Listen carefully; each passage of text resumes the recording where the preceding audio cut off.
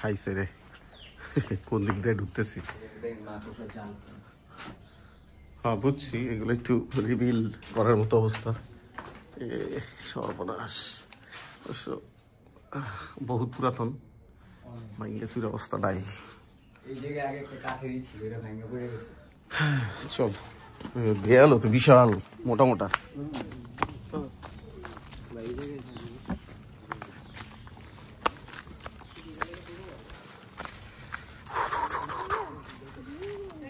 কিতা এটা হচ্ছে কলেজের ব্যাক সাইড। রাজবাড়িরও ব্যাক সাইড।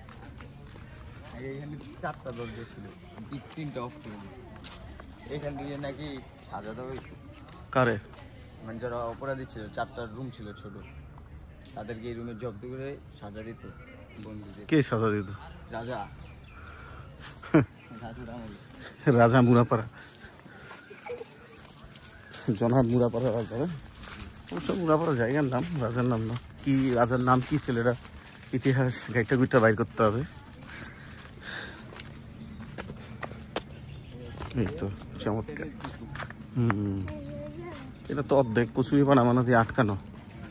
নট ব্যাড, দেখতে সুন্দর আছে।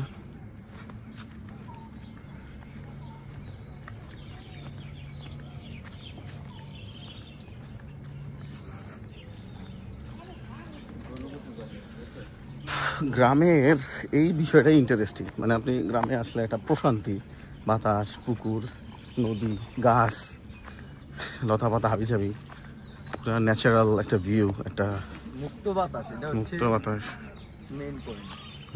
কারণ এরকম বাতাস শহরাঞ্চলে পাওয়া যায় না। এইটাই ফ্যাক্ট।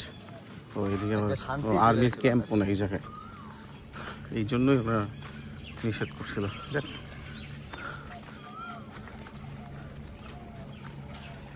চলো, ওনার একটু হেল্প করো, ধরো।